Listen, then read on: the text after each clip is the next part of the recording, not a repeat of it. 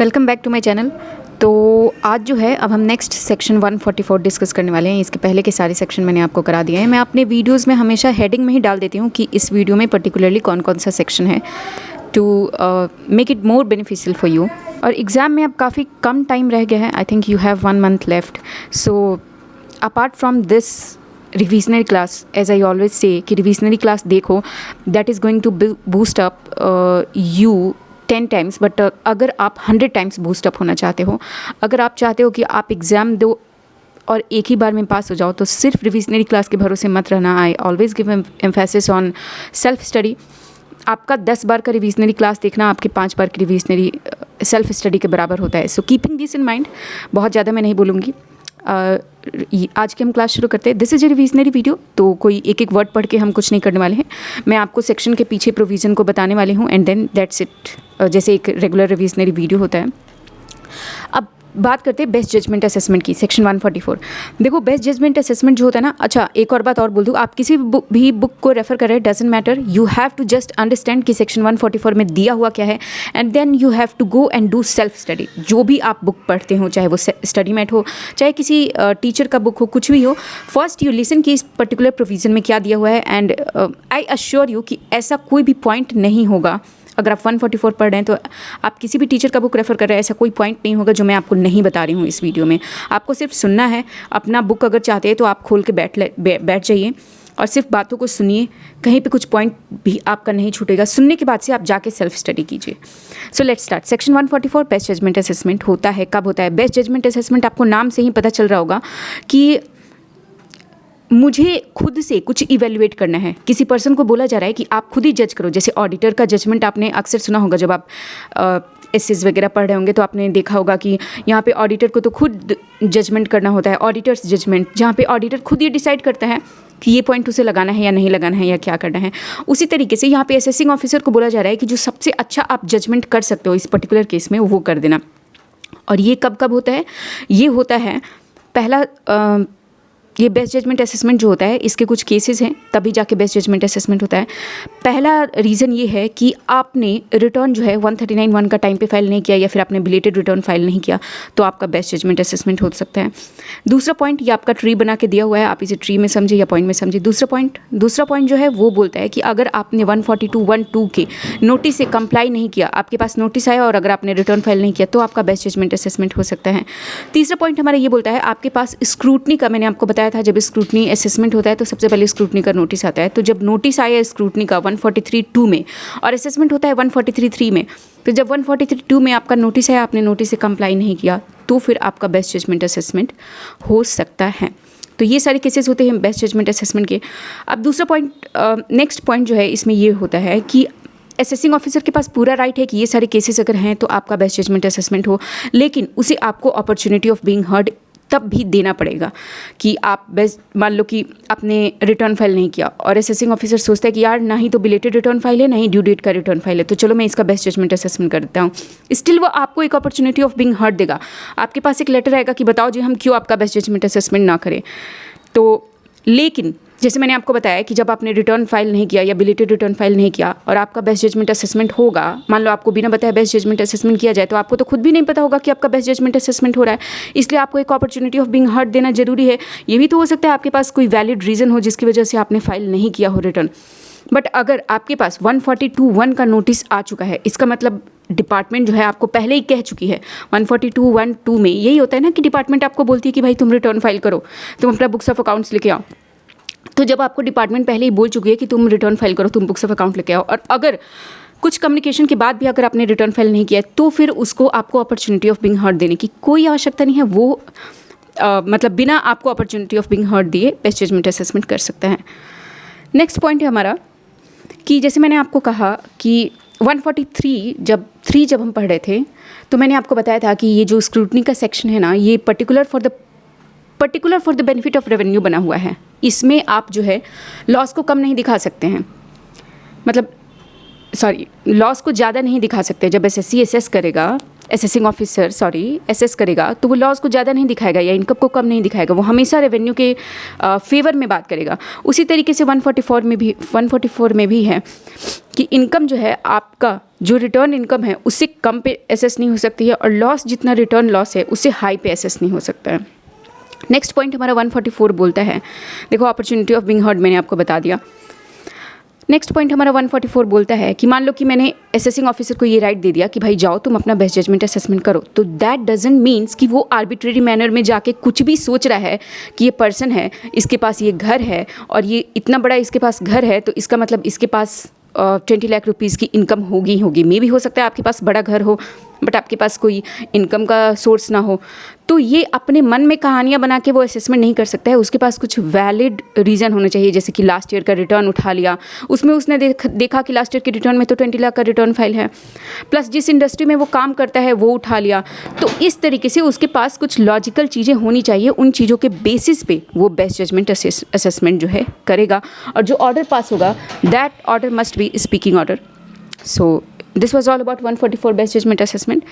दूसरा सेक्शन हम शुरू करते हैं 144A, power of the joint commissioner to issue direction in certain cases. अब देखो कुछ केसेस ऐसे होते हैं जहाँ पे जॉइंट कमीशन को ये पावर है कि वो डायरेक्शन इशू कर सकते हैं। बहुत ही छोटा सा टॉपिक है और छोटे से टॉपिक के पीछे का जो प्रोविज़न है वो मैं बता देती हूँ। होता क्या था, समटाइम्स इसमें 3 केसेस दिए हुए हैं कि कब कब वो डायरेक्शन इशू कर सकता है। पहला तो किसी है कि ऑन हिज ओन मोशन, उसका खुद का मन करे तो वो इशू कर सकता है। On a reference made to him by the assessing officer, मान लो एओ जो है जाता है जेसी के पास और बोलता है कि मुझे इस चीज़ में कुछ डायरेक्शन चाहिए, तो वो उसके लिए भी डायरेक्शन इशू कर सकता है।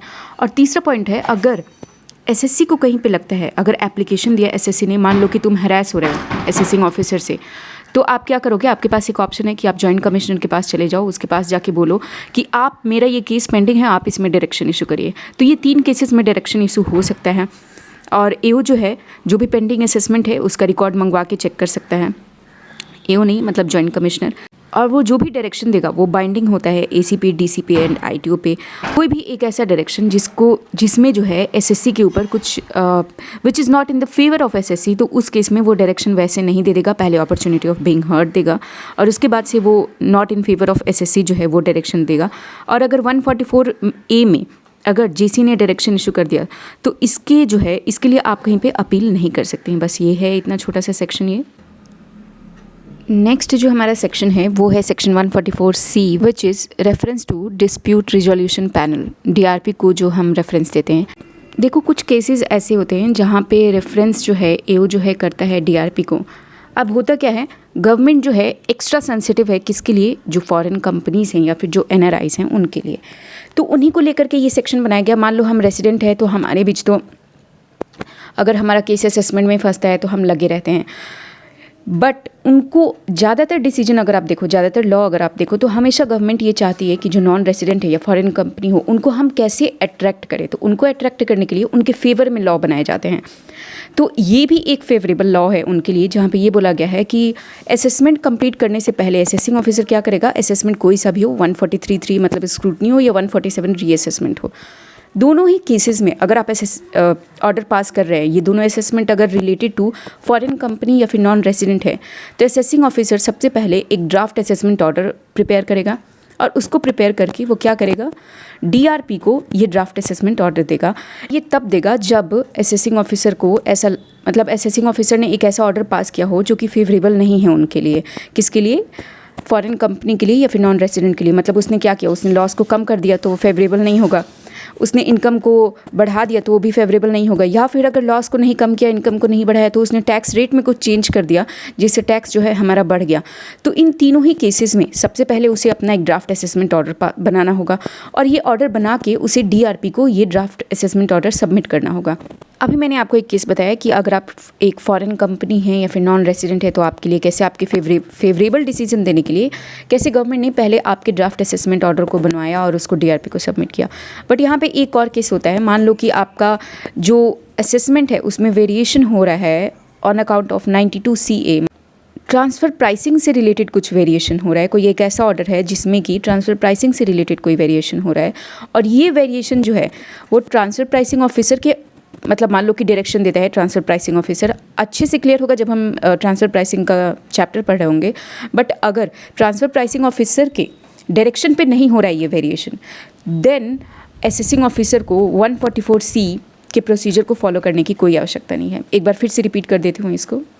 मान लो टीपीओ ने कोई ऑर्डर दिया और टीपीओ के ऑर्डर के अकॉर्डिंग जो है, उस ऑर्डर के अकॉर्डिंग आपका लॉस रिड्यूस हो जा रहा है या फिर इनकम बढ़ रहा है, तो फिर असेसिंग ऑफिसर को dispute resolution panel that is DRP को अपना एक ड्राफ्ट असेसमेंट ऑर्डर सबमिट करना पड़ेगा। और ये रेसिडेंट नॉन रेसिडेंट सबके लिए है। बट अगर टीपीओ के ऑर्डर के अगेंस्ट नहीं है, मतलब ये टीपीओ के ऑर्डर के अगेंस्ट ये असेसमेंट नहीं हो रहा है, ये असेसिंग ऑफिसर ने अपना खुद असेस किया है, देन 144C को फॉलो करने की कोई आवश्यकता नहीं है। नेक्स्ट हम प्रोसीजर देख लेते हैं कि कैसे कैसे ये चीज़ें मूव होती हैं। तो ये सेकंड पॉइंट से जो हमारा प्रोसीजर शुरू हो रहा है, तो मैं आपको बताती हूँ प्रोसीजर में क्या होता है। सबसे पहले क्या करता है, जैसे मैंने आपको बताया कि एओ जो है एक ड्राफ्ट असेसमेंट ऑर्डर लेता है 143 या 147 में अगर आपका असेसमेंट चल रहा है तो, और वो एलिजिबल एसएससी मतलब जिस एसएससी के अगेंस्ट ये असेसमेंट चल रहा है उसको एक प्रपोज्ड क्या करता है ऑर्डर, एक ड्राफ्ट ऑर्डर बना के उसको भेजता है। अब ऑर्डर ये रिसीव करने के बाद से एसएससी के पास 30 दिन का टाइम होता है। सेकंड स्टेप पे आ गए हम। इस 30 दिनों में या तो उसे अपना एक्सेप्टेंस फाइल कर देना होता है, या फिर अगर वो उसे ऑब्जेक्शन है इस ऑर्डर पे तो वो ऑब्जेक्शन फाइल कर दें। अगर आपने कोई ऑब्जेक्शन नहीं फाइल किया इस 30 दिनों के अंदर, तो आपका हम फाइनल असेसमेंट ऑर्डर पास कर देंगे। मतलब कि अगर इस 30 दिनों के अंदर अगर आपका ऑब्जेक्शन नहीं आता है तो असेसिंग ऑफिसर क्या करेगा, फाइनल असेसमेंट ऑर्डर पास कर देगा। और इसके बाद से जो है, जैसे मैंने आपको एक बार मैं फिर से रिपीट कर देती हूँ, पहला तो ये होता है कि ड्राफ्ट असेसमेंट ऑर्डर आपने एसएससी को भेजा। अब एसएससी के पास टाइम लिमिट आ गया कि वो 30 दिन के अंदर या तो एक्सेप्टेंस कर दे या फिर उस पर ऑब्जेक्शन फाइल कर दे। अगर वो कुछ ऑब्जेक्ट नहीं करता तो फिर हम 30 दिन खत्म होते ही एक फाइनल असेसमेंट ऑर्डर पास कर देते हैं। अब तीसरा ऑप्शन यहाँ पे ये आ गया कि अगर मान लो कि उसने एक्सेप्ट कर लिया, तो एक्सेप्ट कर लिया या फिर 30 दिन एक्सपायर हो गया और कोई ऑब्जेक्शन फाइल नहीं हुआ, तो 1 महीने का टाइम होता है असेसिंग ऑफिसर के पास। उस एक महीने में इस असेसमेंट को कंप्लीट कर देना होता है।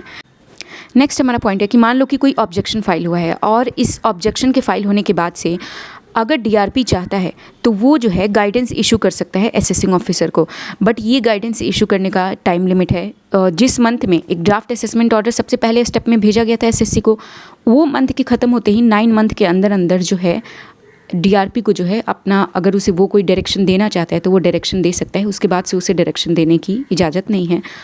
और डीआरपी के पास ये ऑर्डर राइट है कि वो कंफर्म कर सकता है, रिड्यूस कर सकता है या फिर बढ़ा सकता है वेरिएशन को जो कि ड्राफ्ट असेसमेंट ऑर्डर में है। बट वो ये नहीं कह सकता कि नहीं मैं इसे सेट असाइड कर रहा हूँ। मतलब कि वो कंफर्म कर सकता है, बढ़ा सकता है, घटा सकता है, बट उसे सेट असाइड नहीं कर सकता है। इसके साथ साथ वो कोई और फर्दर इंक्वायरी करने की भी बात नहीं कर सकता। नेक्स्ट हमारा है कि जो भी डायरेक्शन डीआरपी इशू करेगा असेसिंग ऑफिसर को उसे बाइंड करना, उससे वो बाइंड हो जाता है। इसके बाद हमारा नेक्स्ट पॉइंट है कि अगर कोई डायरेक्शन इशू किया है डीआरपी ने, तो उस डायरेक्शन की इशू करने के 1 मंथ के अंदर आपको असेसिंग ऑफिसर को असेसमेंट जो है कंप्लीट कर देना होता है। और अगर आप इस केस के अगेंस्ट जाना चाहते हैं एसएससी के लिए, तो एसएससी के लिए ये बोला गया है कि आप आईटीएटी में अपील कर सकते हैं। बट डिपार्टमेंट, क्योंकि डीआरपी जो है डिस्प्यूट रेजोल्यूशन पैनल जो है ये खुद एक डिपार्टमेंट का पार्ट है। तो अगर कोई ऐसा डायरेक्शन इशू कर दिया जो कि मान लो एसएससी के फेवर में चला गया, या फिर उसने डायरेक्ट फेवर में नहीं किया बट कुछ ऐसा डायरेक्शन हो गया जिससे जो है केस एसएससी के फेवर में चला गया, तो अपने ही डिपार्टमेंट के खिलाफ आप आगे नहीं बढ़ेंगे। मतलब कि अगर डीआरपी ने कुछ ऐसा डायरेक्शन इशू कर दिया है जिसमें आपको लग रहा है कि आपको आगे और फर्दर अपील करनी चाहिए, मान लो असेसिंग ऑफिसर को लग रहा है कि नहीं यार ये तो गलत डायरेक्शन इशू कर दिया, आगे फर्दर अपील करनी चाहिए, तो आप नहीं कर सकते हैं। क्यों? क्योंकि आपने ये जो पैनल बनाया है, रेवेन्यू अथॉरिटी को बोला जा रहा है आपने ये जो पैनल बनाया है ये आपने खुद बनाया है, तो आप खुद में ही तो नहीं लड़ सकते हैं ना। So this was all about your section 144C reference to dispute resolution panel. Next है हमारा सेक्शन 147 इनकम स्केपिंग असेसमेंट। थोड़ा सा बड़ा सेक्शन है ये, नो डाउट, बट हम इसे डिटेल में और अच्छे से पढ़ने वाले हैं। सेक्शन 147 जो है वो ये बोलता है कि अगर असेसिंग ऑफिसर को ऐसा लगता है कि किसी ईयर का इनकम जो है चार्ज होने से बच गया है, मतलब कि कोई इनकम जो है आपकी चार्जेबिलिटी से स्केप हो गया है, तो उस इनकम को असेसिंग ऑफिसर जो है असेस कर सकता है। ठीक है, बट ये जैसे मैंने आपको बताया था कि 143 जो स्क्रूटनी का सेक्शन होता है 143(3), उसके लिए आपको सबसे पहले नोटिस इशू करना पड़ेगा असेसमेंट करने से पहले। वो नोटिस किस में इशू होता है? 143(2) में। उसी तरीके से 147 में असेसमेंट होता है, बट 147 के असेसमेंट के लिए आपको नोटिस इशू करना पड़ेगा, और ये नोटिस किस में इशू होगा? 148 में। अगर आपने 148 की नोटिस के बिना ही 147 शुरू कर दिया, मतलब नोटिस इशू नहीं किया और रीअसेसमेंट शुरू हो गया, तो फिर इस रीअसेसमेंट को हम वॉइड एब इनिशियो मानेंगे। देखो, मैंने आपको बताया कि 148 में पहले आपको नोटिस इशू करना पड़ेगा, तो उस नोटिस में असेसिंग ऑफिसर अगर चाहे तो आपसे ये बोल सकता है कि आप भाई रिटर्न फाइल करो, और इससे कोई मतलब नहीं है कि आपने रिटर्न सब पहले फाइल कर रखा है। इट डजेंट मैटर, 148 में वो आपको फ्रेश फाइलिंग ऑफ रिटर्न के लिए डायरेक्शन इशू कर सकता है और आपको फाइल करना पड़ेगा। नेक्स्ट पॉइंट है हमारा कि मान लो कि अगर असेसमेंट रीअसेसमेंट हो रहा है और इस रीअसेसमेंट में आपको आगे चल के एक प्रोविज़न पढ़ने को मिलेगा कि हमारे पास टाइम लिमिट है कि कितने सालों के लिए। मान लो असेसिंग ऑफिसर को आज बैठ के लगा कि यार 2012-13 का कुछ इनकम स्केप हो गया, तो क्या वो 12-13 के लिए आपका रीअसेसमेंट का केस खोल सकता है। तो इस चीज़ से रिगार्डिंग टाइम लिमिट है जो मैं आपको आगे डिस्कस कराऊंगी, नहीं तो कन्फ्यूज़न हो जाएगी। बट मैं आपको बोल रही हूँ कि मान लो 6 ईयर तक का टाइम लिमिट है, तो वो 6 ईयर के लिए ना फॉर ईच ईयर उसको जो है 148 का सेपरेट नोटिस इशू करना पड़ेगा, और उसी तरीके से 147 में सेपरेट असेसमेंट होगी। अब मैंने आपको बताया कि आपको 148 में नोटिस इशू करना पड़ेगा, तो अब ये नोटिस इशू करने के लिए भी ना आपको कुछ कंडीशन सेटिस्फाई करना होगा। जैसे कि यहाँ पे भी जैसे मैंने आपको बेस्ट जजमेंट असेसमेंट बताया था कि अगर कुछ केसेस होते हैं तो वहाँ पे असेसिंग ऑफिसर को ये पावर होती है कि वो बेस्ट जजमेंट असेसमेंट करे। और बेस्ट जजमेंट, जहाँ पे जजमेंट की बात आती है, वहाँ पे अक्सर हमें ऐसा लगता है कि हमें जो मन में आ रहा है ना, हमें जो भी प्रिज्यूम हो रहा है कि ऐसा हो सकता है, वैसा हो सकता है, वो हम कर रहे हैं। बट उस सेक्शन में भी इस चीज़ के लिए बोला गया था कि आर्बिट्रेरी मैनर में नहीं होना चाहिए, आपके पास सबूत होने चाहिए, एविडेंस होना चाहिए कि हाँ ये जो मैं एडिशन कर रहा हूँ या डिलीशन कर रहा हूँ इसके पीछे का ये रीज़न है। उसी तरीके से यहाँ पे है रीअसेसमेंट का केस है कि रीअसेसमेंट के केस में मैंने आपको बोला कि यहाँ पे असेसिंग ऑफिसर को ऐसा लग रहा है कि ईयर आप यहाँ पे 22-23 में बैठे हुए हैं, आपका 22-23 फाइनेंशियल ईयर ख़त्म हो गया है और आपको ऐसा लग रहा है कि यार 12-13 फाइनेंशियल ईयर का कुछ इनकम स्केप कर गया है। अब ये हो गई टाइम लिमिट की बात, जो कि मैंने आपको कहा है कि हम आगे चल के देखेंगे कि टाइम लिमिट, कितना टाइम लिमिट कवर्ड है, कितने टाइम लिमिट तक हम जो है पीछे का केस खोल सकते हैं।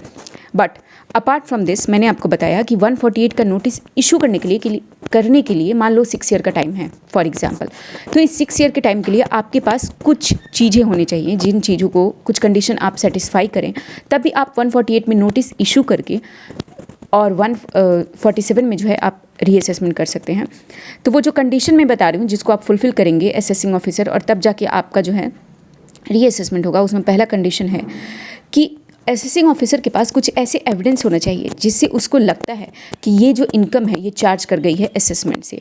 जैसे कि मैंने आपको बोला कि एसएससी की कुछ शोरूम्स है, तो उसने देखा कि 2 शोरूम के इनकम तो दिखा रखे हैं, बट एक तीसरा शोरूम है जो कि जहाँ पे बहुत हैवी ट्रांजैक्शन होते हैं, तो उस शोरूम का इनकम जो है नहीं दिखा रखा है। तब आपके पास ये राइट है कि आप 148 में जो है नोटिस इशू कर सके। दूसरा कंडीशन जो आपको सेटिस्फाई करना पड़ेगा कि मान लो आपको ये तो एविडेंस मिल गया कि इनकम जो है स्किप किया हुआ है, फिर आपको अप्रूवल लेना पड़ेगा स्पेसिफाइड अथॉरिटी से। इसको भी हम आगे पढ़ेंगे। अभी तक यहाँ पे यही समझिए कि हमें कुछ स्पेसिफाइड अथॉरिटी से असेसिंग ऑफिसर को जो है अप्रूवल लेना पड़ेगा कि मैं अभी 148 का नोटिस इशू कर रहा हूँ। इसके अलावा असेसिंग ऑफिसर को 148A एंड 148A डी का जो है अगर वो कंडीशन कंप्लाई करता है तो जाके जो है अगर ये 3 कंडीशन जो है कंप्लाई होते हैं, कुछ चीज़ें नहीं समझ में आई होंगी जैसे कि स्पेसिफाइड अथॉरिटी में क्या हो सकता है 148A एंड 148D, जो कि हम आगे डिस्कस करेंगे। तो ये तीनों कंडीशन अगर फुलफिल होती हैं तभी जो है जाके आप नोटिस इशू कर सकते हैं 148 का। ये जो मैंने आपको 3 कंडीशन डिस्कस कराया, अब इस तीनों कंडीशन को थोड़ा डिटेल में पढ़ते हैं। जैसे पॉइंट नंबर मेरा ए था कि उसके पास कुछ ऐसे एविडेंस होना चाहिए जिससे उसे लग रहा हो कि इनकम स्केप कर गई है। मैंने आपको एग्जांपल दिया कि 3 शोरूम थे जिसमें उसने 2 शोरूम का इनकम दिखाया था, और असेसिंग ऑफिसर के पास इस बात का एविडेंस है कि ये तीसरे शोरूम का इनकम नहीं दिखा हुआ है। तो चलिए अब सबसे पहला पॉइंट जो है हम डिस्कस करते हैं। मान लो कि मैंने कहा कि उसके पास एविडेंस होना चाहिए, तो एविडेंस किस चीज़ को जो है वो एविडेंस मान सकता है। सबसे पहला पॉइंट जो है जो आपकी लॉ में लिखा हुआ है कि हाई वैल्यू ट्रांजैक्शन, अगर सीबीडीटी ने कुछ टेक्नोलॉजी सिस्टम को अपना करके कुछ हाई वैल्यू ट्रांजैक्शन एनालाइज की हैं, तो वो उन ट्रांजैक्शन को एक अपना बेस बना सकता है और वो बोल सकता है कि ये इनकम जो है स्किप कर गई है असेसमेंट से। या फिर स्टेटमेंट ऑफ फाइनेंशियल ट्रांजैक्शन और रिपोर्टेबल अकाउंट, आपने ये स्टेटमेंट के बारे में आपको आगे पढ़ना है, अगर आपको याद है तो अच्छी बात है, नहीं। दूसरा है हमारा स्टेटमेंट ऑफ फाइनेंशियल ट्रांजैक्शन। मान लो कि आपने एसएफटी का जो स्टेटमेंट होता है, स्टेटमेंट ऑफ फाइनेंशियल ट्रांजैक्शन को मैं शॉर्ट में एसएफटी बोल रही हूँ, तो ये जो स्टेटमेंट होता है अगर इस बेस पे आपको कुछ लगता है जो कि बैंक सबमिट करती हैं, बैंक ने कहा कि इस पर्सन के पास, और याद आ रहा है तो आपको अच्छी बात है, नहीं याद आ रहा है तो आगे की रिविजनरी क्लास में देखेंगे कि बैंक ने कहा कि इस पर्सन के पास 5 लाख रुपए का क्रेडिट हुआ है, बट मैं रिटर्न में चेक कर रहा हूँ, असेसिंग ऑफिसर रिटर्न में देख रहा है तो 5 लाख रुपए का कहीं पे क्रेडिट है ही नहीं। तो ये एक वैलिड रीज़न, ये एक वैलिड एविडेंस बनता है इस चीज़ को 148 में नोटिस इशू करने के लिए कि भाई तुम्हारा 5 लाख रुपए का जो इनकम है वो इस्केप कर गया है असेसमेंट होने से। तीसरा पॉइंट है हमारा कि मान लो कि अगर स्टॉक एक्सचेंज ने या जीएसटी डिपार्टमेंट ने या फिर रजिस्टरिंग अथॉरिटीज़ होती है जहाँ पे आप प्रॉपर्टी वगैरह रजिस्टर कराते हैं, तो अगर इन अथॉरिटीज़ ने, अगर इन डिपार्टमेंट ने अगर कोई ट्रांजैक्शन डिटेल आपको फर्निश किया है तो फिर ये आपका एक वैलिड बेस बन सकता है ये कहने के लिए कि इनकम जो है एस्केप कर गई है असेसमेंट होने से। पॉइंट है हमारा, अगर मान लो 133C, अगर आपको ये सेक्शन याद होगा तो इसमें क्या होता है, पावर होता है कि आप कोई भी इन्फॉर्मेशन, प्रिस्क्राइब अथॉरिटी के पास पावर होता है कि आप कोई भी इन्फॉर्मेशन मंगा सकते हो, देख सकते हो एसएससी का। तो मान लो कि प्रिस्क्राइब इनकम टैक्स अथॉरिटी ने किसी एसएससी का इन्फॉर्मेशन मंगाया और वहाँ से कुछ ऐसी चीज़ें मिली जो उसने फॉरवर्ड कर दिया असेसिंग ऑफिसर को। अब असेसिंग ऑफिसर उस चीज़ को भी बेस बना के 148 का नोटिस जो है इशू कर सकता है कि आपका इनकम जो है एस्केप हो गया है असेसमेंट होने से, या फिर कोई अदर, अगर उसके पास एविडेंस है, यानी इन्फॉर्मेशन अगर उसने कोई कलेक्ट किया हुआ है तो वहाँ से भी वो उसको बेस बना के 148 का नोटिस इशू कर सकता है। अब नेक्स्ट जो है हम डिस्कस करने वाले हैं सेक्शन 148A। जैसे मैंने आपको बताया कि आपको 147 में क्या होता है, असेसमेंट, रीअसेसमेंट होता है। अब इस 147 के रीअसेसमेंट के लिए सबसे पहले आपको एक 148 में नोटिस इशू करना पड़ता है। किसी भी सेक्शन के असेसमेंट, रीअसेसमेंट के लिए सबसे पहले उसका नोटिस इशू करना पड़ता है। बट 148A एक अलग से सेक्शन लेके आया गया विद इफेक्ट फ्रॉम 1 अप्रैल 2021 कि अगर कोई प्री रीअसेसमेंट इंक्वायरी करनी हो असेसिंग ऑफिसर को तो वो इस सेक्शन के अंदर कर सकता है। ध्यान रखने वाली बात ये है कि आपको अपॉर्चुनिटी ऑफ बीइंग हर्ड तो देना ही पड़ेगा एसएससी को, बट इसके साथ साथ अगर आप चाहें कि कुछ इंक्वायरी अगर आपको करनी है तो आप कर सकते हैं। तो इसमें पहली बात जो है ये बोलता है कि अगर रिक्वायर हो तो with prior approval of a specified authority आप जो है इंक्वायरी कर सकते हैं।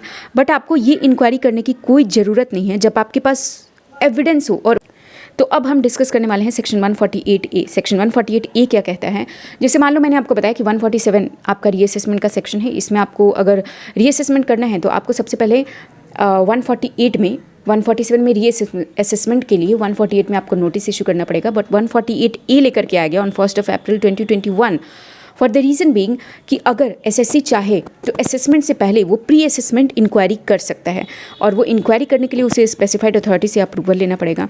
बट ये इंक्वायरी करने की आवश्यकता वहाँ पे नहीं है जहाँ पे बहुत ही अपरेंट है कि यहाँ पे तो इनकम ने एस्केप ही किया है। जैसे कि मैं आपको एक एग्जाम्पल देती हूँ, एसएससी ने एक ऐसा डिडक्शन क्लेम कर लिया है जो कि सुप्रीम कोर्ट ने डिसअलाउ किया है, तो आप यहाँ पे इंक्वायरी भी क्या कर सकते हैं। आपको मालूम है कि ये असेसमेंट क्लेम किया गया है जबकि ये डिसअलाउ है। दूसरा एग्जांपल देती हूँ, जैसे मैंने आपको बताया कि बैंक जो है एक स्टेटमेंट बनाती है और जून में जो होता है वो स्टेटमेंट प्रिपेयर करके अथॉरिटी को भेजती है कि मिस्टर ए ने 10 करोड़ रुपीज़ का जो है कैश जो है डिपॉजिट कराया है अपने बैंक में। बट मिस्टर ए जो हैं वो एक्चुअली में जब रिटर्न फाइल करते हैं तो वो 5 लाख का उन्होंने रिटर्न फाइल किया है। तो यहाँ पे कोई इंक्वायरी करने की ज़रूरत नहीं है, आपको साफ साफ दिख रहा है कि इनकम एस्केप किया है असेसमेंट से। या फिर मैं आपको एक और चीज़ बताती हूँ, 133C सेक्शन मैंने अभी आपके साथ डिस्कस किया, जिसमें मैंने ये बताया कि प्रिस्क्राइब अथॉरिटी के पास ये राइट होता है कि वो अपने आपके बुक्स को मंगा के देख सकती है। अब प्रिस्क्राइब अथॉरिटी ने बुक्स मंगाया, उस बुक्स में देखा कि आपका इनकम तो स्किप किया हुआ है और उसने ये इन्फॉर्मेशन असेसिंग ऑफिसर को फॉरवर्ड कर दिया। अब साफ साफ दिख रहा है कि इनकम स्किप किया हुआ है, तो आपको इंक्वायरी करने में अपना टाइम वेस्ट नहीं करना है। आपको सीधे एक अपॉर्चुनिटी ऑफ बीइंग हर्ड देना है एसएससी को कि आप हमें बताएं हम आपके ऊपर 148 का नोटिस क्यों ना इशू करें, और उसके बाद से आपका जो है असेसमेंट शुरू हो जाएगा 147 में। नेक्स्ट पॉइंट है हमारा कि जब आप ये नोटिस इशू करेंगे तो आपको इस नोटिस में ये मेंशन करना ज़रूरी है कि आपके पास ऐसे कौन कौन से इन्फॉर्मेशन हैं जो कि ये दर्शाते हैं कि आपका मतलब एसएससी का जो है इनकम है स्किप हुआ है असेसमेंट होने से, या फिर अगर ये जो इंक्वायरी हो रही है बाय असेसिंग ऑफिसर इसका रिजल्ट क्या होने वाला है। अब एक चीज़ का ध्यान रखना, जो भी मैंने आपको प्रोविज़ो बताया कि 133C का इन्फॉर्मेशन है एसएससी के पास, या फिर कैश डिपॉजिट है 10 करोड़ का बट रिटर्न फाइल है 5 करोड़ का, अगर ये तीनों केसेस नहीं हैं तो इन तीनों केसेस के अलावा एसएससी असेसिंग ऑफिसर को क्या करना पड़ेगा, एक अपॉर्चुनिटी ऑफ बीइंग हर्ड हर हाल में 148A में अपॉर्चुनिटी ऑफ बीइंग हर्ड और उसे प्री असेसमेंट इंक्वायरी करनी ही पड़ेगी। नेक्स्ट पॉइंट है हमारा, मान लो कि नोटिस इशू हो गया तो अब आपको कुछ चीज़ें करनी पड़ेंगी। नोटिस का रिप्लाई करना पड़ेगा। जब भी आपके पास नोटिस आता है तो आपको नोटिस का रिप्लाई करना होता है। इस नोटिस के रिप्लाई करने के लिए आपके पास टाइम है not less than 7 days but not exceeding 30 days, मतलब 7 से 30 दिन के भीतर आपको जो है रिप्लाई अपना दे देना है। और ये जो जैसे मैं आपको बता रही हूँ विद इन 7 to 30 days, यह आपका डेट जो है आपको जब 148A का नोटिस आएगा ना तो वो डेट भी आपको मेंशन हुआ रहता है। नेक्स्ट है हमारा कि मान लो कि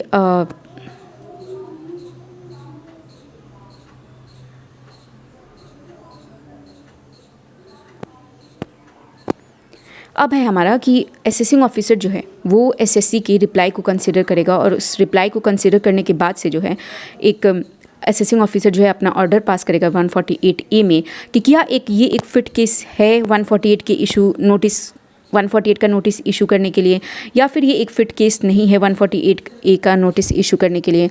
जब वो ये ऑर्डर पास कर रहा होगा तो उसे इस बात का ध्यान रखना होगा कि असेसिंग ऑफिसर एसएससी से जो उसने इंक्वायरी करी है तो उस इंक्वायरी को ध्यान में रखना होगा। जो रिप्लाई उसके पास आया है उस रिप्लाई को भी ध्यान में रखना होगा। नेक्स्ट पॉइंट है हमारा, जैसे मैंने आपको बताया कि आपके पास 148A का नोटिस किया, आपने 148A के नोटिस के अगेंस्ट जो है रिप्लाई किया। उसके बाद से रिप्लाई करने के बाद से अपने क्वेश्चन को ध्यान में रखने के बाद से जो है स्पेसिफाइड अथॉरिटी के अप्रूवल से असेसिंग ऑफिसर ये डिसाइड करेगा कि whether it is a fit case for section 147 और नॉट, मतलब 148 में नोटिस इशू करने के लिए क्या ये एक फिट केस है या नहीं है।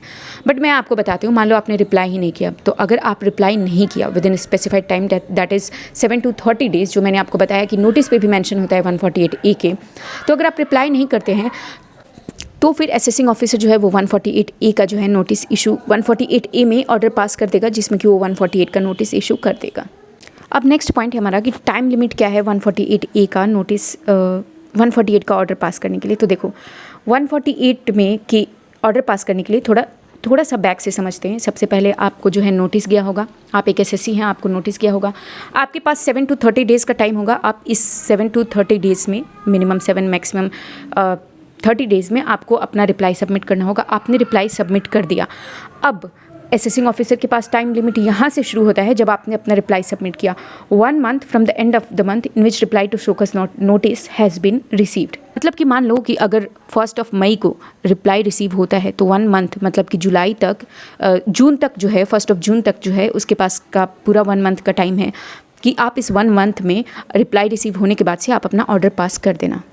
बट ये तो केस हो गया कि जहाँ पे एसएससी ने रिप्लाई कर दिया। बट मान लो कि अगर एसएससी ने रिप्लाई ही नहीं किया, 30 दिन पास हो गए, आपके पास 7 to 30 days का टाइम था, 30 days complete, reply not receive. तो जैसे ये 30 days खत्म हुआ उसके 1 month के अंदर जो है, यहाँ पे भी 1 month का ही टाइम लिमिट है कि जैसे ही वो 30 days खत्म हुआ उसके 1 month के अंदर जो है आपको अपना फाइनल ऑर्डर पास कर देना है। अभी तक तो हमने सेक्शन 147 पे ही हैं हम। 147 सेक्शन बड़ा है, ये मैं आपको पहले भी बोल चुकी हूँ। और 147 में हमने ये देखा कि 147 में रीअसेसमेंट होता है जिसके लिए नोटिस हमें 148 में इशू करना पड़ता है।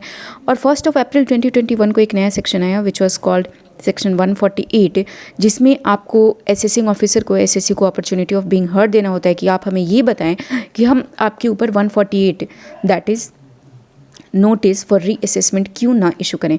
अगर वो सेटिस्फाई कर देता है उसके ऊपर उसे रिप्लाई करना होता है, 7 to 30 days का टाइम होता है। अगर उसने रिप्लाई कर दिया तो फिर उस रिप्लाई को और अपने क्वेश्चन को ध्यान में रखते हुए असेसिंग ऑफिसर स्पेसिफाइड अथॉरिटी से परमिशन लेने के बाद ये डिसाइड करता है कि क्या ये एक फिट केस है 148 के लिए। अगर है तो ओके, नहीं है तो फिर कोई बात नहीं।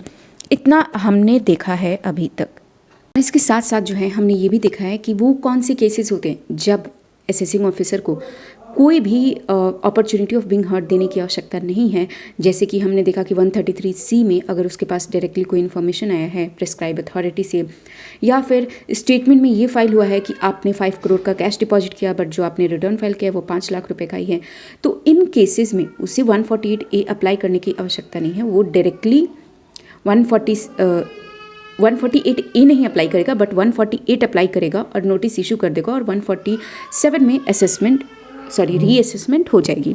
हम आगे देखने वाले हैं कि स्क्रीन पे मत जाना, मैंने आपको पहले भी कहा है कि आपको थोड़ी बहुत चीज़ें रिकॉल होंगी पहले से, और अगर नहीं भी हैं तो just listen to what I am saying. और इसके बाद से आप चाहे जो भी बुक पढ़ रहे हो, वेदर इट्स स्टडी मैट और whether it's any kind of side book और of any teacher you are studying, just go and do self study. ज़रूरी नहीं कि आज ही, आप कल परसों, एक दिन से ज़्यादा, मतलब आज अगर मन नहीं किया तो कल जाके ज़रूर उसे पढ़ लेना, and then you will see जो मैं आपको दिखाना चाहती हूँ ना, जो मैजिक कि रिविजनरी क्लास सुनने के बाद से सेल्फ स्टडी करने का क्या मैजिक होता है, वो आपको तब समझ में आएगा जब आप एक बार मेरे कहने पे ये करोगे। सो लेट्स स्टार्ट। तो यहाँ पे जो है स्पेशल कंसिडरेशन की बात हो रही है, special consideration for cases of search, seizure and survey. अब देखो हम पढ़ क्या रहे हैं, हम पढ़ रहे हैं वो एक तरीके से हम देखो तो हम एक्सेप्शन पढ़ रहे हैं 148A का। ऐसी सिचुएशन जहाँ पे जो है असेसिंग ऑफिसर को कोई अपॉर्चुनिटी ऑफ बीइंग हर्ड देने की आवश्यकता नहीं है। उसे पता है कि यार ये चीज़ें हुई हैं, 100% ये इनकम स्कीपिंग असेसमेंट का केस है, 148 का नोटिस इशू करो और इसका 147 में असेसमेंट लगा दो। तो पहला जो केस होता है वो हमारा होता है, अब ये जो हम स्पेशल कंसिडरेशन पढ़ रहे हैं सर्च, सीजर और सर्वे के केस में, कि अगर आपके ऊपर सर्च हुआ है, सीजर हुआ है, सर्वे हुआ है, या फिर और दो कंडीशन है, अगर ऐसी चीज़ें हुई हैं तो आपके ऊपर 148 का नोटिस जो है इशू हो जाएगा। तो 5 केसेस हैं हमारे पास ये स्पेशल कंसिडरेशन के, जिसमें सबसे पहला केस है द फर्स्ट केस इज जहाँ पे आपके ऊपर सर्च कंडक्ट हुआ है अंडर सेक्शन 132। तो अगर अंडर सेक्शन 132 में आपके ऊपर सर्च हुआ है और उसमें अगर कुछ एविडेंस मिलता है तो कोई 148A देने की आवश्यकता नहीं है, आपके ऊपर 148 का नोटिस आ जाएगा। दूसरा पॉइंट है हमारा, अगर आपका बुक्स ऑफ अकाउंट 132A में रिक्विजेंट हो गया है, मतलब कि ऑफिसर्स ने अगर आपके बुक को रख लिया है या कोई डॉक्यूमेंट या एसेट को रख लिया है, तो भी उस चीज़ को बेस बना के जो है वो 148 का नोटिस जो है इशू कर सकते हैं। उनको कोई ज़रूरत नहीं है कि वो आपको opportunity of being heard they और आपसे पूछे कि क्यों ना इशू करें, क्योंकि उनको साफ दिख रहा है कि हमें इशू करना चाहिए। तीसरा पॉइंट है कि मान लो कि 132A हुआ, 132 हुआ या 132A हुआ, किस पे हुआ, किसी अदर पर्सन पे हुआ, और ऐसा लग रहा है कि ये जो बुक्स ऑफ अकाउंट हमने रखा है ना अपने पास, ये उस पर्सन को बिलोंग नहीं करता है, ये किसी और को, मान लो आप मिस्टर ए हो, तो ये लग रहा है कि ये जो बुक्स ऑफ अकाउंट है ये मिस्टर ए को बिलोंग करता है, तो मिस्टर ए के ऊपर 148A का नोटिस इशू हो सकता है। तो मैंने आपको अभी तक 3 पॉइंट बता दिए हैं। पहला पॉइंट था हमारा कि अगर आपके ऊपर सर्च कंडक्ट हुआ है 132 में। दूसरा पॉइंट था हमारा कि 132A अगर आपके ऊपर हुआ है तो भी हो सकता है। तीसरा पॉइंट था कि 132A या 132 जो है आपके ऊपर नहीं हुआ है, किसी और पर्सन के ऊपर हुआ है, बट जो बुक्स ऑफ अकाउंट को देखा गया ना तो ऐसा लगा कि वो बुक्स ऑफ अकाउंट आपका है, तो भी हो सकता है। फोर्थ पॉइंट है हमारा इसी से रिलेटेड कि 132 या 132A हुआ है बट किसी और पर्सन के ऊपर हुआ है, और वहाँ पे जो ज्वेलरी वगैरह सीज हुई है ऐसा लग रहा है कि वो उस पर्सन को बिलोंग नहीं करती है, वो आपको करती है, तो भी आपके ऊपर हो सकता है। और अब हम आते हैं अपने लास्ट पॉइंट की तरफ, जो कि हमारा 5th नंबर ऑफ पॉइंट है। लास्ट पॉइंट हमारा बोलता है कि अगर आपके ऊपर 133A का सर्वे कंडक्ट हुआ है ना, जैसे आपको तो सर्च के बारे में बता दिया, बट ये बोल रहा है कि अगर सर्वे भी कंडक्ट हुआ है, स्टिल आपको जो है उस चीज़ को बेस बना के सर्वे में अगर कुछ चीज़ें मिलती हैं तो आपके ऊपर जो है हम नोटिस 148 का इशू कर सकते हैं। अब ये 5 केसेस हैं जहाँ पे जो है असेसिंग ऑफिसर को ये लग सकता है कि इनकम ने एस्केप किया है असेस होने से, और वो आपके ऊपर 148 का नोटिस इशू कर सकता है। अब मान लो आप बैठे हो 22-23 में, 22-23 फाइनेंशियल ईयर की बात कर रही हूँ मैं, और सितंबर 22 को क्या हुआ कि आपके पास आपके ऊपर सर्च हो गया, आप कुछ इन्फॉर्मेशन मिल गई। अब असेसिंग ऑफिसर को, चलो आपने भी एक्सेप्ट किया, असेसिंग ऑफिसर को आप अपनी एक्सेप्टेंस छोड़े, असेसिंग ऑफिसर को ऐसा लगता है कि आपकी जो इनकम है वो एस्केप हुई है असेसमेंट करने से। तो यहाँ पे क्वेश्चन ये उठता है कि कितने सालों के पीछे, कितने सालों का असेसमेंट जो है वो खोल सकता है। तो यहाँ पे ये लिखा गया है कि पीछे जो है 3 सालों के असेसमेंट को ओपन किया जा सकता है। मतलब कि जैसे मैंने यहाँ पे एग्जांपल दिया 22-23 में सर्च कंडक्ट हुआ, तो ये असेसमेंट ईयर कौन सा हो गया, 23-24। अब असेसमेंट ईयर 23-24 से पीछे के 3 असेसमेंट ईयर चले जाओ, ये 3 असेसमेंट ईयर का जो है 3 असेसमेंट ईयर के ऊपर जो है हम कंडक्ट कर सकते हैं 147, मतलब कि हम रीअसेसमेंट का केस खोल सकते हैं। कौन से 3 असेसमेंट ईयर पे, 23-24 से पीछे जाइए, 22-23, 21-22 एंड 20-21, ये 3 असेसमेंट ईयर का जो है हमारे ऊपर रीअसेसमेंट का केस ओपन हो सकता है। आई होप कि आपको ये समझ में आ गया होगा पॉइंट। अब नेक्स्ट पॉइंट को जो है थोड़ा ध्यान से सुनेंगे, और ध्यान से इसलिए सुनेंगे कि जैसे मैंने अभी आपको बताया कि आप जिस प्रीवियस ईयर में है उसके असेसमेंट ईयर में जाइए, और उसके असेसमेंट ईयर में जाके अगर ये 5 कंडीशन फॉल होती है तो आपको 148A इशू करने की आवश्यकता नहीं है। आप डायरेक्टली 148 का नोटिस इशू करके 147 में असेसमेंट कर सकते हैं। बार बार रिपीट कर रही हूँ। और इसके साथ साथ अगर ये सर्च सीजर का केसेस अगर है तो आप पीछे के 3 असेसमेंट ईयर का केस भी ओपन कर सकते हैं। अब मैं आपको एक नई चीज़ बताने वाली हूँ, वो ये कि 10 साल तक का केस असेसिंग ऑफिसर के पास ये राइट है कि वो ओपन कर सकता है। अब ये 10 साल कैसे कंप्लीट होगा? मान लो हमारे केस में हम अपना ही एग्जाम्पल देखते हैं। मेरे लिए असेसमेंट ईयर 23-24 था और इस असेसमेंट के लिए हमने पीछे के 3 साल दैट इज़ 2021, 21-22 एंड 22-23 का केस तो ओपन करना आराम से अलाउड था। बट आप पीछे के 7 साल के 3 साल तो कंसिडर कर लिया, remaining 7 year out of total 10 year, मतलब 10 ईयर तक का केस खोलने की आपको इजाज़त है। बट इस 10 ईयर में आपके पास 3 साल तो कोई उस पर कंडीशन नहीं है, आप आराम से खोल सकते हैं। बट रिमेनिंग 7 ईयर का केस भी आप खोल सकते हैं, मतलब कि 13-14 से लेकर 19-20 तक का भी केस आप खोल सकते हैं, ये जो पीछे के 7 ईयर हैं। लेकिन खोलने के लिए आपको 2 बातों का ध्यान रखना होगा। पहला कि आपके पास कुछ ऐसा इन्फॉर्मेशन हो जो कि सजेस्ट कर रहा हो कि इन 7 सालों में इनकम ने स्केप किया है। मतलब ये नहीं कि ये 3 साल खोल दिया तो आपके पास कोई राइट आ गया कि आप पीछे के 7 साल को भी खोल दो, नहीं, ऐसा नहीं है। आपके पास कोई एक ऐसा इन्फॉर्मेशन है जो कि ये सजेस्ट कर रहा है कि भाई इस 7 सालों में भी इनकम स्केप हुआ है, पहली बात। और दूसरी बात वो ये कि जो इनकम स्केप हुआ है ना, दैट इज़ मोर देन और इक्वल टू 50 लाख रुपीज़। तो अगर ये 2 कंडीशन फुलफिल होता है, आपके पास एविडेंस है और आप ये अमाउंट एस्टिमेट कर पा रहे हैं कि भाई जो स्केप हुआ है ना वो 50 लाख से ज़्यादा है, तो फिर आप पीछे के 7 साल के केस को खोल सकते हैं। I hope you understood my point. बढ़ते हैं अपने नेक्स्ट पॉइंट की तरफ। अब थोड़ा सा टाइम लिमिट की बात कर सकते हैं। 148A तक तो अभी तक आप पहुंच गए। शुरुआत कैसे होती है? शुरुआत जो हमारी रीअसेसमेंट का होता है वो 148A से ही होता है। पहले देखना होता है कि क्या हम एसएससी को अपॉर्चुनिटी ऑफ बीइंग हर्ड दें या फिर ना दें। अगर दे रहे हैं तो उसके रिप्लाई आने के बाद से हमें डिसाइड करना होता है कि है या नहीं है 148 का केस। तो 148 का केस है ये तो डिसाइड हो गया। अब आपको 148 का केस 147 का केस है ये तो डिसाइड हो गया। अब इस 147 के लिए आपको पहले 148 का नोटिस इशू करना पड़ेगा। थोड़ा सा टेक्निकल है ये, बट ध्यान से समझेंगे तो ज़रूर समझ में आएगा, इसलिए बोल रही हूँ। सिर्फ जो मैं बोल रही हूँ उसको विजुअलाइज करो, उसको सुनो, एंड देन एक बार में नहीं तो 2 बार में सुन लेना, और उसके बाद से जाके सेल्फ स्टडी ज़रूर करना। फिर से वही बोलूँगी। तो टाइम लिमिट की बात करते हैं। टाइम लिमिट में हमारा सिर्फ इतनी सी बात बोलता है कि देखो, मैंने आपको 2 कंडीशन बताए कि एक तो ये हो सकता है कि आप 3 साल तक का केस खोल रहे हो, एक ये हो सकता है कि आपके ऊपर जो है 10 ईयर का टाइम है बट 3 साल तक का आप खोल सकते हो। बट रिमेनिंग 7 ईयर के लिए आपको ये देखना होगा कि आपके पास एविडेंस हो, और उस एविडेंस के साथ साथ जो इनकम स्केप कर रहा हो 5-6 लाख रुपए के लिए आप 7 साल का केस खोलो। इसका मतलब आप डिपार्टमेंट का टाइम भी वेस्ट कर रहे हो और कुछ फ़ायदा भी नहीं होने वाला है उससे। उतना थोड़ा बहुत ही आपको अगर टैक्स कलेक्ट होकर आ रहा हो तो that is not beneficial to the department. तो इसीलिए डिपार्टमेंट ने ये कहा कि अगर रिमेनिंग 7 ईयर का खोल रहे हो तो ध्यान रखना कि 50 लाख से ज़्यादा का स्केप असेसमेंट हुआ हो। तो जैसे मैं आपको 3 साल तक का बोल रही हूँ कि अगर आपके ऊपर सिर्फ 3 साल तक का है तो उसके लिए असेसिंग ऑफिसर के पास टाइम है up to 3 year from the end of the relevant assessment year. जिस ईयर में उसे इन्फॉर्मेशन मिला उस रेलिवेंट असेसमेंट ईयर में चले जाएं। असेसमेंट ईयर के लास्ट से 3 साल तक काउंट करें और उस 3 साल तक में वो कभी भी जो है नोटिस जो है इशू कर सकता है 148 का। बट वो रिमेनिंग 7 पीरियड के लिए जो 50 लाख से ज़्यादा वाला केस बता रही हूँ उसके लिए वही टाइम लिमिट दिया गया है कि फॉर 7 ईयर उस 7 सालों में वो कभी भी जो है नोटिस जो है 148 का इशू कर सकता है। आज के लिए मैं इस क्लास को यहीं पे स्टॉप करती हूँ। 147 जो है आई नो लंबा सेक्शन है, बट आज के लिए यहीं पे लिमिट करती हूँ मैं क्लास को। आगे जो है हम ये देखेंगे कि अच्छा, एक बार मैं फिर से रिपीट कर देती हूँ क्योंकि ये मेरी रिवीजन कराने वाली आदत मेरी बहुत पुरानी है कि मैं बार बार एक ही चीज़ को दोहराती हूँ। तो एक बार आपको फिर से रिपीट कर देती हूँ। अभी तक हमने क्या देखा? अभी तक हमने देखा, पहली चीज़ ये देखा, सबसे पहले हम 148A लगाते हैं। जब भी हम 147 का असेसमेंट करेंगे तो उस असेसमेंट के लिए हम सबसे पहले क्या लगाएंगे? 148A। उस 148A में हम ये देखेंगे, हम एसएससी को अपॉर्चुनिटी ऑफ बीइंग हर्ड देंगे। और कुछ केसेस ऐसे होते हैं जहाँ पे हमें एसएससी को अपॉर्चुनिटी ऑफ बीइंग हर्ड देने की ज़रूरत नहीं है, हम डायरेक्ट 148 का नोटिस इशू कर सकते हैं। तो सबसे पहले हम 148A चेक करते हैं कि क्या ये एप्लीकेबल है या नहीं है। अगर एप्लीकेबल है तो भाई ठीक है, आप एसएससी को अपॉर्चुनिटी ऑफ बीइंग हर्ड दो। एसएससी के पास टाइम होता है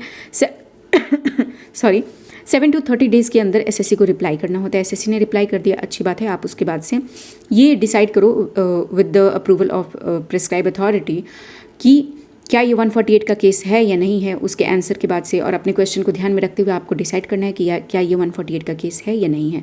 अगर ये केस है तो फिर आप 148 में नोटिस इशू कर दो और आपका 147 में असेसमेंट हो जाएगा। अगर ये केस नहीं है तो बात वहीं पे ख़त्म हो जाती है। तो इसके अलावा, इस चीज़ के अलावा हमने एक चीज़ और देखा कि 148 ए में जो है कुछ ऐसे भी सेक्शन, कुछ ऐसे भी प्रोविज़न है जहाँ पे आपको opportunity of being heard SSC को नहीं देना है। कुछ ऐसी चीज़ें हैं जैसे आपका सर्च हो गया, आपका सीजर हो गया, आपके ऊपर सर्वे हो रखा है, किसी और का बुक्स ऑफ अकाउंट पकड़ा गया बट ऐसा लग रहा है कि आपका है, या ज्वेलरी पकड़ी गई बट ऐसा लग रहा है कि आपका है। तो 5 ऐसे केसेस हैं जहाँ पे आपको कोई अपॉर्चुनिटी ऑफ बीइंग हर्ड नहीं मिलेगा, आपके ऊपर डायरेक्ट 148 का नोटिस इशू हो जाएगा, क्योंकि उस केस में डिपार्टमेंट के पास कोई रीज़न ही नहीं है ये पूछने का कि बताओ हम तुम्हारे ऊपर क्यों ना इनकम एस्केपिंग असेसमेंट का नोटिस इशू करें। They have the full proof. Understood. तो अब जो है नेक्स्ट स्टेप पे हम आते हैं। अब यहाँ से हमारा शुरू होगा कि 148 का नोटिस का भी मैंने बता दिया आपको। अब यहाँ से हमारा शुरू होगा कि असेसमेंट का जो है प्रोसीजर क्या होगा, कैसे कैसे असेसमेंट जो है शुरू होगा। ये चीज़ जो है ये हम आगे की क्लास में देखने वाले हैं। इसके अलावा हम 150 सेक्शन और 153 टू 150 से आगे जो भी फर्दर सेक्शन है उसको भी देखेंगे। तो see you in the next class and yes, thank you so much for watching.